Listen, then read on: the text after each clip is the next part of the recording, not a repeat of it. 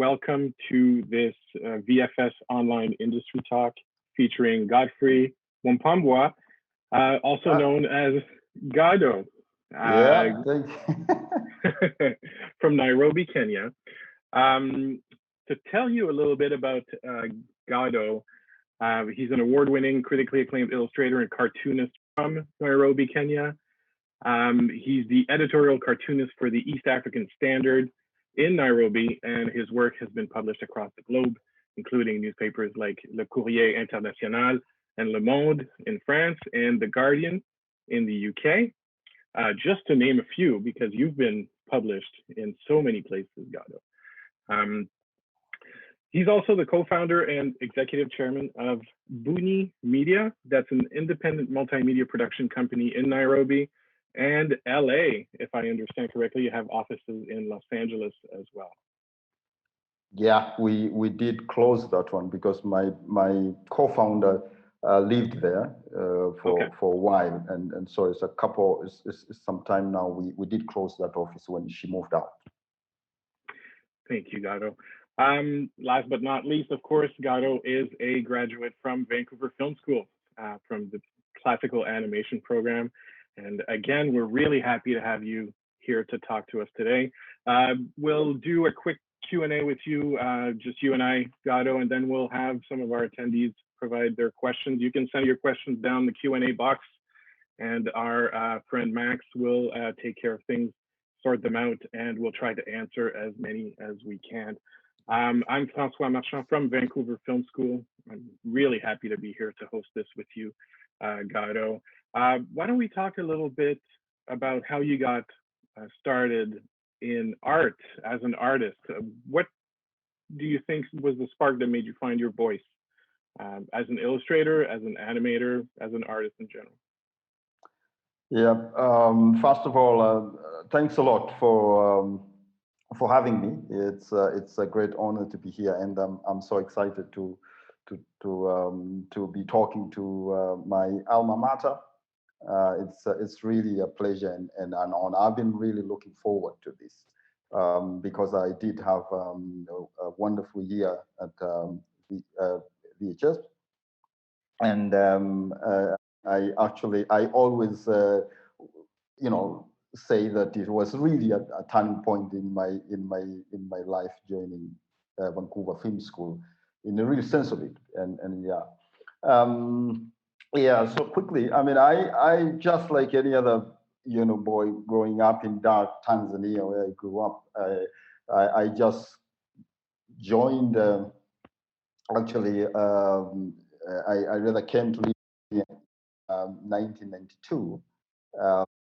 After actually I won, I didn't even win, I came second. So I traveled to Nairobi to collect my prize money. And then I talked to editors at the Daily Nation, which is the biggest newspaper in Eastern Central Africa. And so I kind of, we looked at, maybe I can actually work for you guys. And at that time, I was actually pursuing a 5-year course in architecture at the university in Dar. And so I did one of the dumbest things to one could ever do is I actually absconded my course and actually joined the Daily Nation to become an editorial cartoonist. So as a 21 or 22-year-old kid, I was very excited about that, and my parents were furious and very annoyed with that because I went to live into another different country and I wasn't necessarily sure and so forth. So it was actually quite interesting then. But also at that time, Kenya, the wind of change was, the so-called wind of change was blowing across Africa, and you had the multi-party democracy being introduced in Kenya and many other countries. And so those were heady days, and it was exciting in that sense in being part of this era, because that was a time when the media started opening up, and working for this largest newspaper in the region was actually quite exciting. And so I just couldn't turn down the offer when I was the kind of offered me the job. I mean, growing up, of course, I knew at some point I would probably, you know, I will involve myself with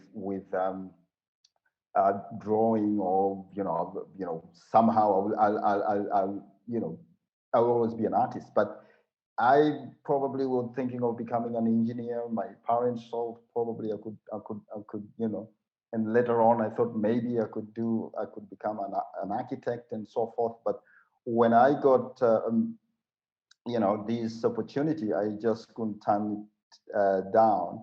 And so when I speak to schools, I'm invited to speak to many schools, and I always warn kids that no, you shouldn't do that. What I did, because I've always felt that it's kind of a dangerous approach. Well, however, I did that, and so I kind of was lucky enough to start working at a very young age as an editorial cartoonist for this newspaper, and so I had to learn quickly. I had to get to grips with the politics of the day, of Kenya, Africa, and the world. I must say, though, I mean, as a kid growing up, I was always fascinated by global politics and what is happening around the world, and so that was how I grew up. I mean, I would always read stuff. I mean, I would read. My dad would come with a copy of Newsweek, and I would read about what's happening in the world. I was always constantly following the BBC radio, because I mean, back then in Tanzania, we didn't have a national TV or a TV station, and so so radio was the thing, and I was always following what's happening around the world, and knew the perspective of so many perspectives, rather, of what is happening, and so that's also part of my background, and I think that kind of helped me to push me into becoming an editorial cartoonist. And so I worked for about from 92 to 96, and then again I got an opportunity to study in Italy, and I spent 1 year in Fabrica near Venice, and I actually was a very interesting school there that went around the world actually collecting students from different countries, and we were about 30. It was a school that was started by United Colors of Benetton then, under the famous Italian photographer Oliviero Toscani. And so I did learn a lot. I traveled around Europe and got to know a lot. And it is at that time that I also got to know about Vancouver Film School. I think, again, the connection was also I think it was also, if I'm not mistaken, the Herald International newspaper that I came across it. And now, because I was very fond of animation and film and all that, and I said, well, this looks like a very interesting institution that I can actually look into. And then I started digging, about, to find out what the school is all about. And then when I got back to Kenya, I kept on following what's going on. And then again, I pushed, and I was lucky enough to get sponsorship. I applied, and I was accepted. And that's how actually I ended up actually joining Vancouver Film School in 2000.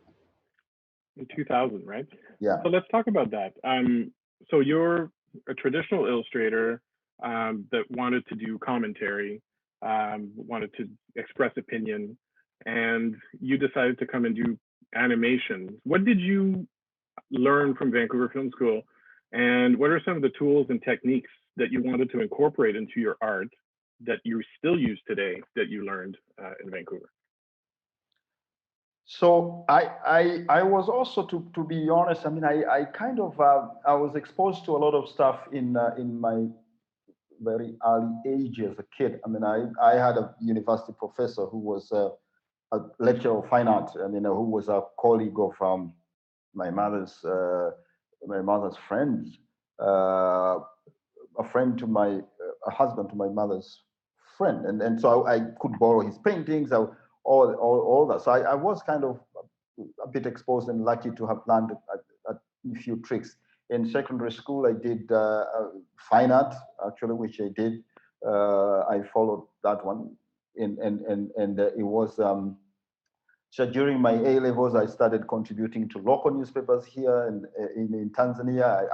You know, in my secondary and high school years, I was earning, money, pocket money, from the money that I draw my cartoons for newspapers. I mean, by the time I was in high school, I was already published in the New African, which is a magazine in London. Um, and so I was kind of exposed. But when I joined Vancouver, I always laughed, and said, I think for the first time I knew now, okay, I didn't know how to draw. I mean, I thought I knew how to draw. And so I really had to learn, it was fascinating and quite um, funny, but I actually learned a great deal. I seriously life drawing classes that we would do twice a week. I think 3 times. There was also another class on Sunday. I remember that. So I did that religiously, and it was actually quite. I realized that for the first time, I think, yes, there is actually a lot that I need to learn, and I think I've carried that throughout. I mean, I do.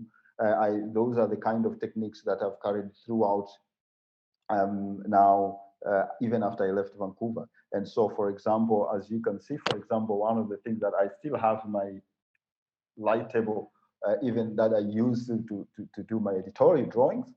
But I was also somebody who was always interested in films. As I mean, I was interested in animation and all that. And so I did was that keen in that sense, and Vancouver allowed me to basically also learn from, because we had also that was the beauty at Vancouver. We had different nationalities. We had 2 students from Korea. We had 1 student from the Philippines. We had Canadians. We had Americans. We had a student from Poland. So it was actually also a very wonderful class in that sense. And it was quite intense. By the way, I was the only guy. There was a colleague from South Africa, and that was from Tanzania. And so it was actually quite intense. And so even communally, I mean, it was actually great in that sense, if you were to ask me, because basically even the discussion and people would share, their stories and what they want to do and so forth. So that was one.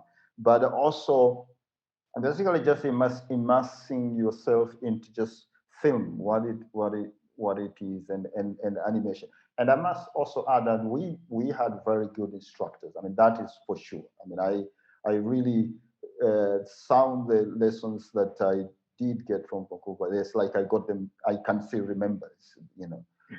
So we had actually very, very good instructors, and I think so we did learn a lot. So, for example, I always say that even after even after I left, Vancouver, one of the things that I do is that the techniques, technically speaking, that I would also use not only the light table, but what I would do, for example, the composition of my drawings, and because also as like growing up again, you basically also end up doing all manners of stuff. I mean, growing up, I've done comics. I've sold comics. I've done,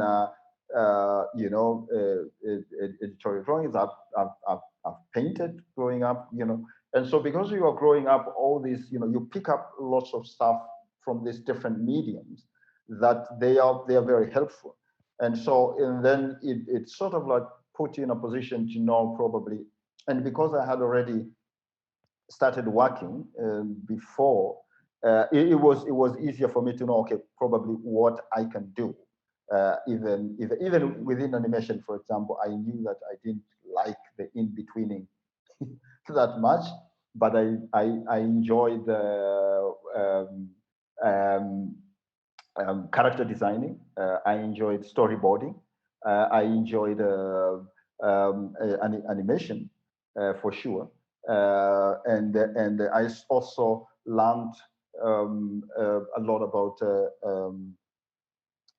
about writing, because I also took actually an extra course in filming at the school on my own. I also took extra classes for that, and so to learn more about writing and filming and films. And so you basically also get out probably a more rounded person that and I think at least with me that was good. And I remember that time also the course was fairly intense. I think we were not allowed to do a film that is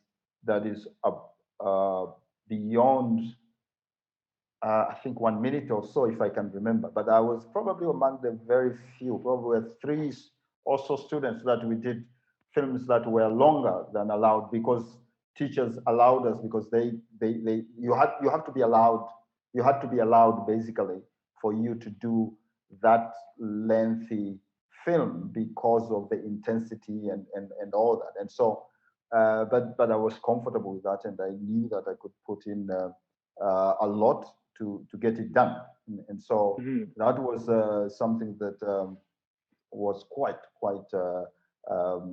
something that I really also came out with. That brings me to, we're starting to get some questions. We'll get to the Q&A in a moment, guys. If you can hold on, we're just going to get through to the main theme of our talk today, which is the importance of questioning through art. So we're talking to artists that are growing, that want to start their careers, and you having succeeded in creating art and making a career out of questioning others and questioning power and political personalities and so on.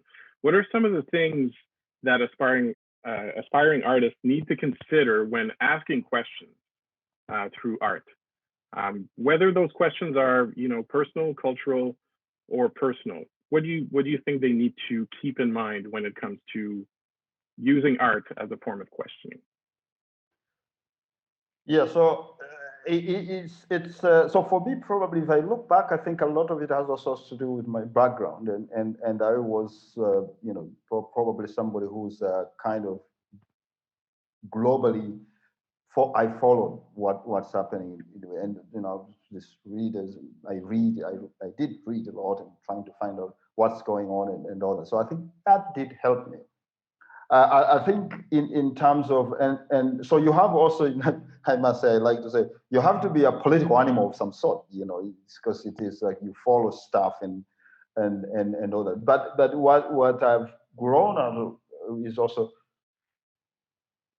because what I do is also, it's not about also drawing, and that is also interesting about it. Drawing is very much a small part of what I do. That you can't be as good as it gets, but what is also important has always been what are you drawing? It's like, so, and editorial cartoons, basically, you have this one single panel, and you have the freedom to do whatever you want with it, so that it can make sense to thousands of people out there who would read it. And so it has its own challenges, because you have deadlines, because you have your editors by 6 o'clock, they want something done.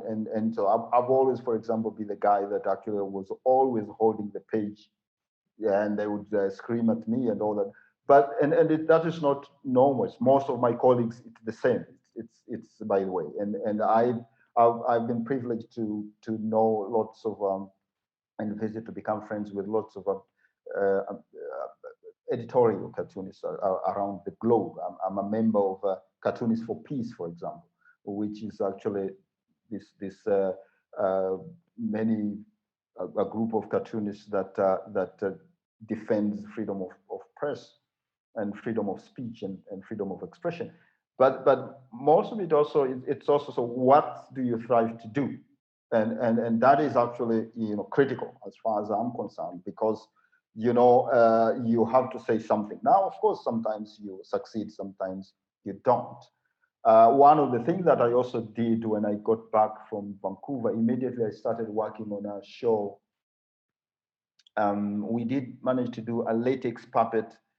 I created a latex puppet show called the XYZ Show, which is a political satire also, in the veins of the Spitting Image in the UK, which actually, by the way, has been revived, and they have a wonderful, they have wonderful puppets. And I did create that show, which has become quite popular in Kenya and East Africa, and it has actually been very controversial also. And that is sort of like also an editorial cartoon in motion. And so that show has I'm not producing it anymore. I think you have, and that's something that I'm very happy about, because it's a show that is still going on.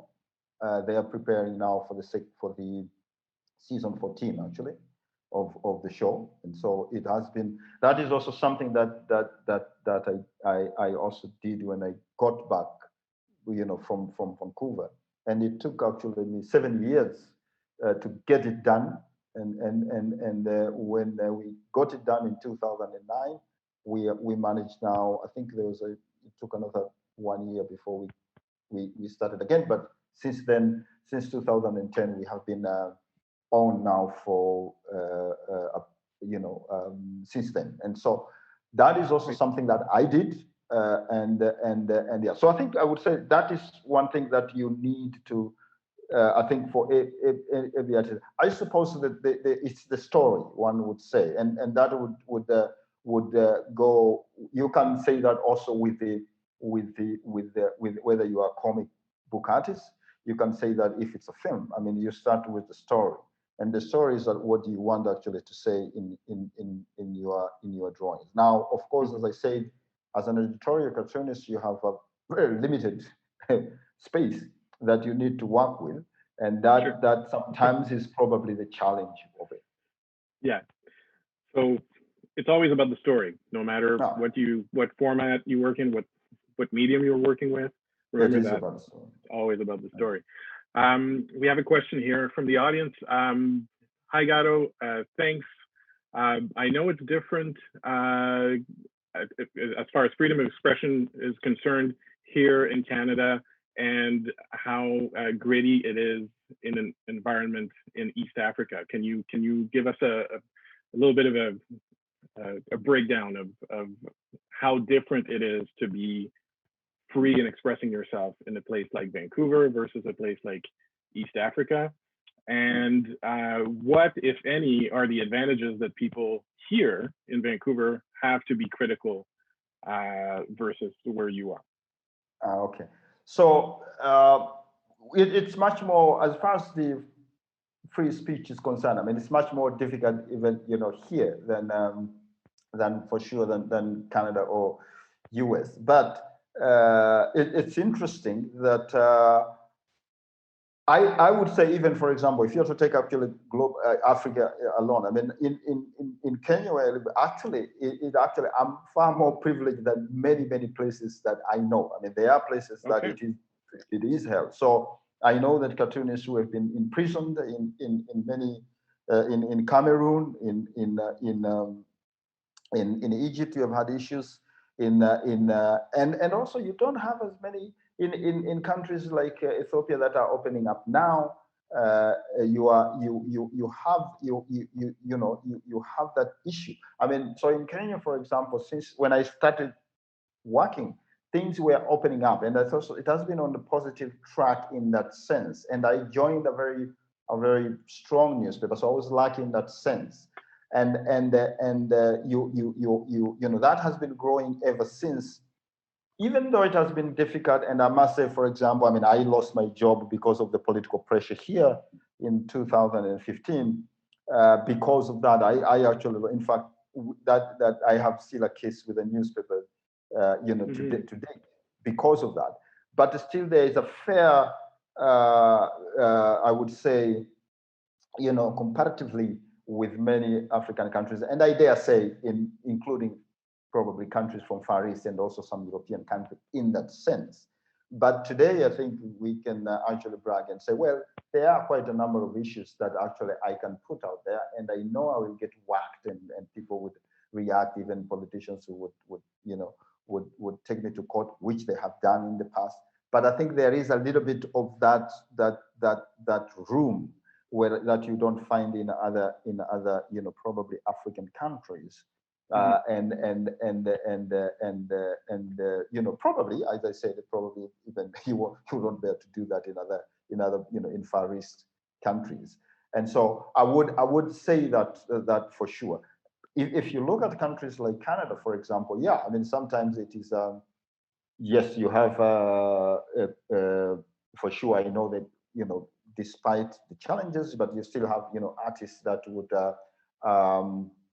would actually, they have pretty much free hand, or publications that have pretty much free hand. But then here is something that has been interesting. I mean, the world is actually quite interesting. I mean, who would have known that actually in 2020 or in 2019, you would have cartoonists actually being sacked in the US for criticizing Donald Trump?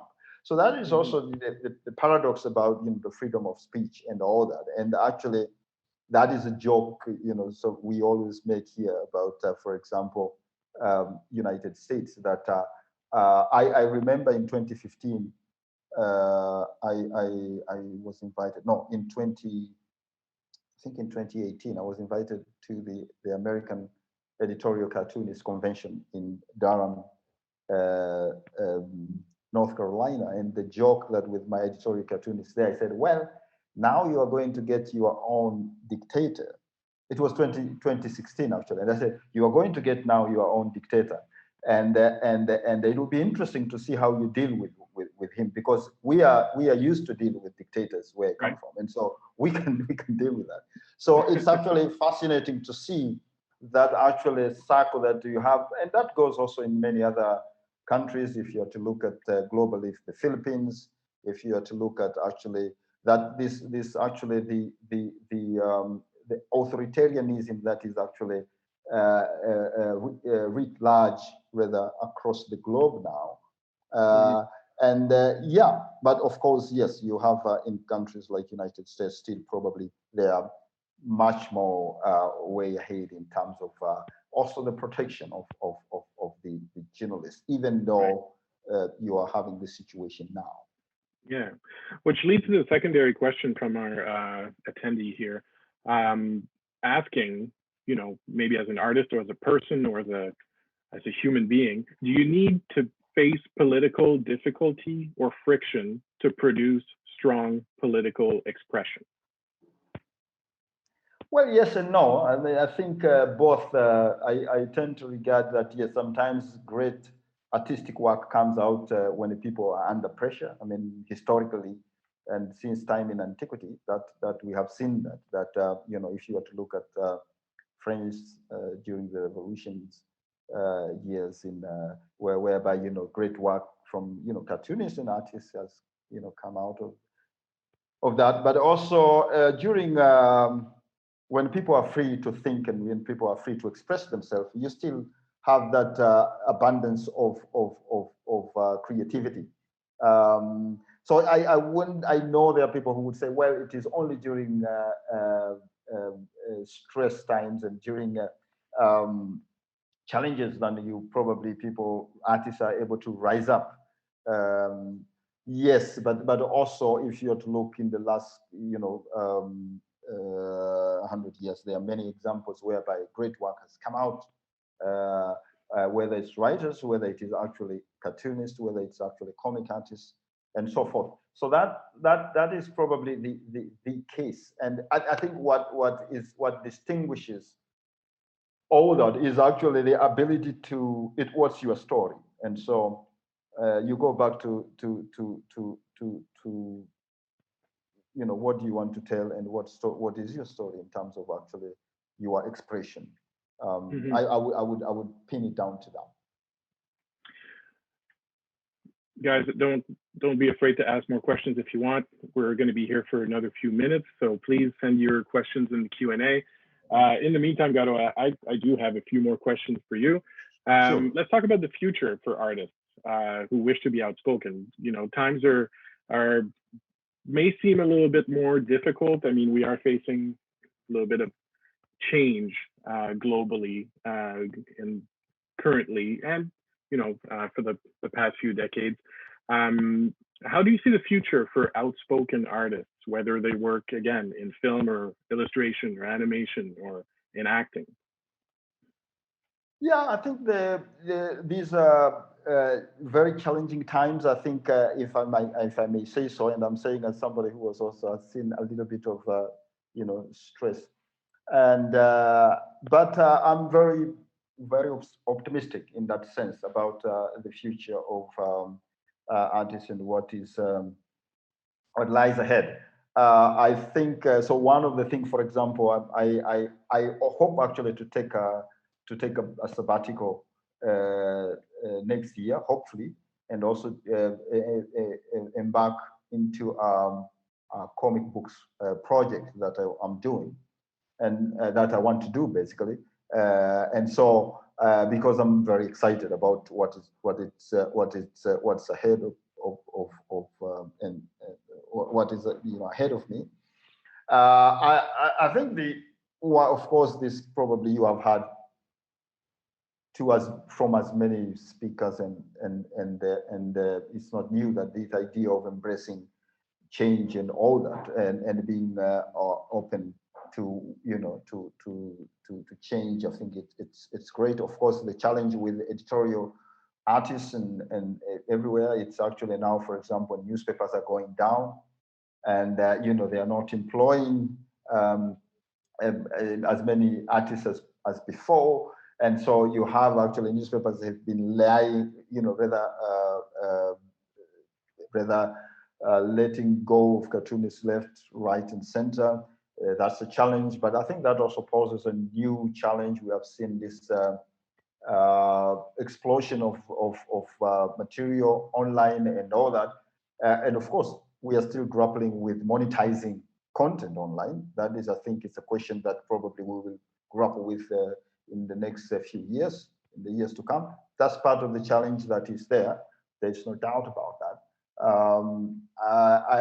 But I'm very excited about that, and that is part and parcel of artists. I think artists have to face these new challenges as they come on board. It is part and parcel of actually and I think people decide when you are a student. I suppose you are sometimes conflicted. Okay, what do I want to do and all that. I think they are. In my bit, I think it's again, what is your story, and that I go back to that. I think that's very critical. It's not only politics, but also there's an issue, for example, environmental issues that are actually confronting us today. I know they are as huge as politics in North America and globally, basically. And so there is actually this new also beginning, and whereas we are grappling with all these issues, I think I'm still optimistic about what holds for artists, especially for young artists, but also their new medium.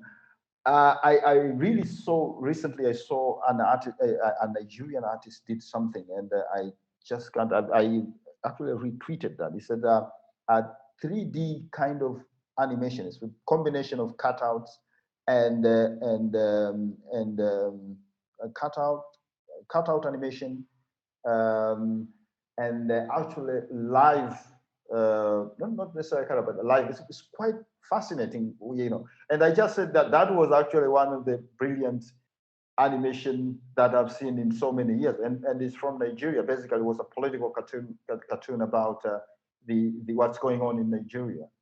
And my word, I mean, this was something else. And so for me, that is exciting to see that a young artist actually came up with this idea, filmed it, and actually posted it. And I mean, I couldn't do any better than that. And so the opportunities are also there. Yeah. We have a few more questions coming in the Q&A. I'm really glad to see that. And again, thank you everybody for submitting your questions. I'll try to get to as many as possible. We'll start with this one here. What advice would you give young artists who want to express their political views, but are scared to do so in the current climate? How do you confront fear? Yeah, so I have been there, and I think I totally understand. That is actually quite a challenge. So there are two things that I can see that is Francois that has asked that question, if I'm not mistaken. So yes, the thing with that is that the two things for me. I think one is actually to keep going. As a young artist, of course, you are confronted by probably skepticism and all that. So number one is actually to keep going. I mean, the good thing about I also refer to myself as a tag that probably many people don't like. I'm also say that I'm a social activist. I'm a social justice activist in the sense, because when you are an editorial cartoonist, and if you are coming from a background like mine, it is also a very privileged position, I must add that. And so I'm always humbled that I get to say things that other people don't have, even would not even think of saying. I do say that, and very forceful. So I do understand that bit, and I find that is a privilege. And so I think whereas I weigh sometimes my options and all that and what I do and actually defend the free speech and free expression. I think the one of the great things is to keep pushing. I mean, editorial satire, editorial cartooning, and stories, they are stories, and I think sometimes we should not be bogged down by the right and wrongs that actually divide us.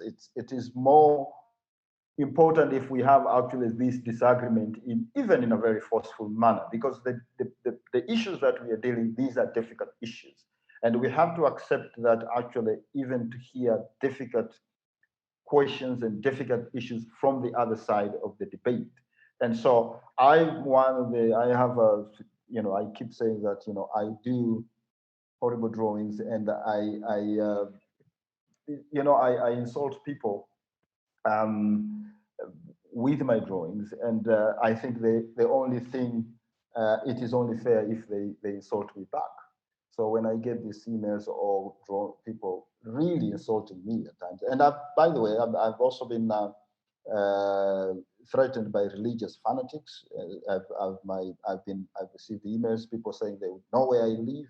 I have actually taken to legal letters and all that. So I've gone through that whole shebang in terms of and so that is, probably you're going to confront that, but it's a choice you make. And then I think the other thing that I would advise is also to be, for me, is just to be as much as possible to know to be adept and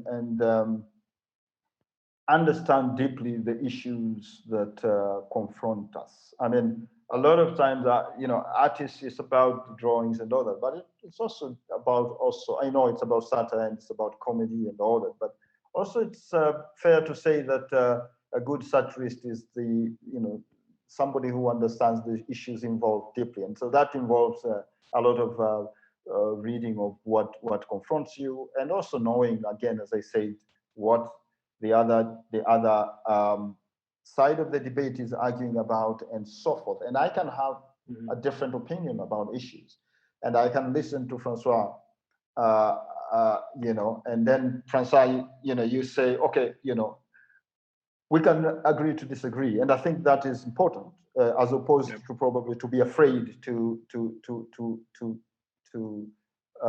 raise that issue. And of course, I know. I mean, that sometimes that comes with a certain risk, but at the personal level, that's the risk that I chose to take. So yeah, you said something about finding the things to illustrate and not being afraid, and reading a lot and going deeper into the issues than just the surface things, which kind of brings me to the next question from another person in the audience. How do you find those subtle things to pick on as a commentator, as opposed to just looking at the big headlines? Yeah, so my technically, I as a person, I think probably I am like that. I mean, I don't one is you don't work so it's not editorial cartoonist. Or maybe, and this goes to many people in the newspaper and also probably editorial positions. It's not a 9 o'clock to 5 o'clock kind of job. It's kind of 24/7. And so I normally work with, just like many people, like journalists. I work with my notebook where I note stuff and I write things, and so a lot of stuff also has nothing to do with, probably, for example, probably when I start drawing, and I am actually also just like then, but I, because I have a lot of things to do. Sometimes you are confronted. I'm manic the way I work, in terms of you are always, deadlines are a problem. But the way technically for me is that, okay, I pay attention to these subtleties whenever whether I'm watching television, whether I'm reading a book, whether I'm reading a journal, whether I'm actually, and actually you find you pick this very interesting stuff, whether anecdotal or even sometimes serious stuff, whereby you would actually pick something and actually it will just click on, oh, that is actually something. So that has been a life lesson for me. And I think that I've applied that also along the other, whether I'm writing for a television political satire, whether I'm putting actually a comic story, is that I've used that because it has worked very well for me in terms of actually and sometimes I can actually end up actually joining the thread onto actually what I can pick stuff that I've actually, quite honestly, there are drawings, for example, I would sketch drawings and then I would actually come and use them even after a year. Mm-hmm. Because I just realized, okay, maybe sometimes this is not working. I draw ideas and then I put it aside. And then there's just a moment as an artist, you find, bang, actually this fits into here. And so forth. So there are those also are kind of, and it can be frustrating for an editorial artist because, you basically have deadlines. And so people are not going to wait for you, or editors, or rather whatever you are. That can be actually challenging, but I think that probably is one technique that I use, and as an individual, and I think I do pay that attention to the little subtleties. Yeah. So saving things, using them later, working with the time frame you have and all the resources you've already accumulated. That's all very important as an artist. Thank you for that answer, Gado. We talked about newspapers. Of course, newspapers are in decline. Traditional print magazines are in decline. What platforms do cartoonists, illustrators, classical animators that do drawings or concept art, what platforms can they have today to show their work when print is less available? Yeah, so I suppose the platform that well, I think our social media platforms, and also whether in our computers and also using our phones and all that. I think that they've been great. I mean, I probably have quite a lot of. I'm not a Facebooker as such, but I do follow. I'm a Twitter guy, but because Twitter is because I follow news through that, and so I actually also use it a lot personally. I think but I have a Facebook page and I post stuff there, and so Instagram. I'm there also, but I engage. And I engage, but mostly I engage on Twitter. And so I think the challenge is, and I suppose we are going to crack this one, and in terms of also the over dependence, the dependence of newspapers and all that. And I do understand that, because also we have also the challenge of misinformation, disinformation, and all that. And I mean, that's part of the parcel of what we are faced with. So I suppose we are in this chaotic situation. There isn't actually a lot of sometimes light at the end of the tunnel there. But I think I'm optimistic about that, because there are so many dark forces, if I may say so. And so that they tend actually to take the positive energy away. And so I think that is, but so, for example, today, actually, as I said, this using this young, rather Nigerian artist that I saw, is that, yeah, you see actually a lot of actually, whether on Twitter or Instagram, some, very, very, I mean, great stuff on social media. And that actually, I don't think I would want that taken away. Of course, so how are we going to make a living out of it is a different question altogether. And I think probably it will take a few years before we sort that one out. Yeah, for sure. We only have a few minutes left. I'm going to take one more question from the audience, and then we're going to have to wrap this up, Gado. Thanks again for your time. Angela from Colombia is asking this question. I live in a third world country with a very corrupt and violent state that's been going on for decades. What would you say is the power of the arts to evoke change in an environment like that? Well, Angela joined the club, and I would say, and so that is, I totally understand Angela's predicament.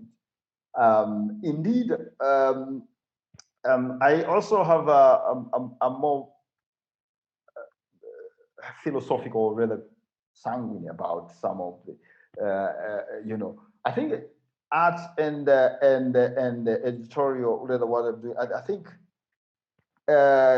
can make its contribution to the process of change. And I think we have to see it from that. I think sometimes it is also a bit unfair to heap the responsibility of change to arts and culture alone. I think if you look at the history of change, you will find that it's a combination of so many forces. And the arts, is the arts, satire, has been part of that. They've been a catalyst for sure. And so I think that is actually, it's always important to keep that in mind. Now, I can totally relate to Angela's question, because one of the things that I'm also actually, for example, myself, after all these many years of being an editorial artist, one of the things that I've always, is like, I kind of sometimes figure out that after I keep repeating the stuff that I've done a few years ago. It's because, you have this corruption keeping, coming up, and, they have the same characters in the political scene probably doing the same things and all that. I mean, just as a human being, I would like to see change for sure. And I don't want, I would like to see new challenges. So I don't want to do that. And sometimes that is depressing in that sense, because I would actually, you are confronted by the same issues. And I think just to, again, to relate to what Angela is saying is that, you have this corruption issues that are coming up now and then. I said, oh, but I actually did this, I tackled this a while ago, and what is happening? So that is depressing. But I think the one of the things that I can, that I would encourage Angela to keep in mind is always to stay focused and to do what you do. I mean, as I said, that that is one thing that what you do is part of the bigger challenge that is actually is happening. So if you are to look, for example, at even the Colombian history with the drug cartels and all that, I mean, things are changing, but if you look at that change, that it has been a long process, and the players and contributors to that change are many. And so you have to regard yourself as part and parcel of that, but also not to despair, but to keep doing what you do, and always to stay on the right side of history. I think that is always something that is very important to keep in mind. Tell your story, be on the right side of history, don't be afraid. Basically, don't be afraid. Yeah. Gado, thank you so much for taking questions from me, from the audience, for sharing your time, your story, your passion with Vancouver Film School today. Stay safe. We hope to see you again in Vancouver soon. And if there's anything else you want to add before we part ways today, I'm leaving the microphone open to you for your final statement. No, thank you, Francois. I think this was great, and I'm very honored to be invited back to Vancouver Film School. It as I mentioned earlier on, it meant a lot to me. It's actually, I always consider that a turning point in my career as an artist, and I actually intend to, when things settle down, I will definitely visit Vancouver again. I have a few friends here and there, and so I would like to visit the school again, and again. My apologies. I think I don't know. You see, my lighting is horrible. I've started working. I started working from home, so it's actually my new office, and actually, so I kind of actually, you can say, I'm trying to, we have moved from our office in town, and of course everybody and majority of people now are working at home. So that is something that I don't know, and because I'm also black, so you can see that probably. I hope your guys were able to see me, but if they didn't, I'm sure that they had me loudly and clearly. But once again, I think I'll be happy to share, and if there is anything that I'm needed to whether it's to speak or to contribute, please don't hesitate. This was lovely, and I would like to thank you, everybody, Wilma Peterson there, and Max and his team for organizing this, because we've been actually talking and postponing. This was great, and I'm very humbled and privileged. Thank you. Ladies and gentlemen, one more time, let's give a virtual round of applause for Godfrey, Mwampembwa, Gado. Have a great day, everybody. We'll see you at the next VFS Online Industry Talk.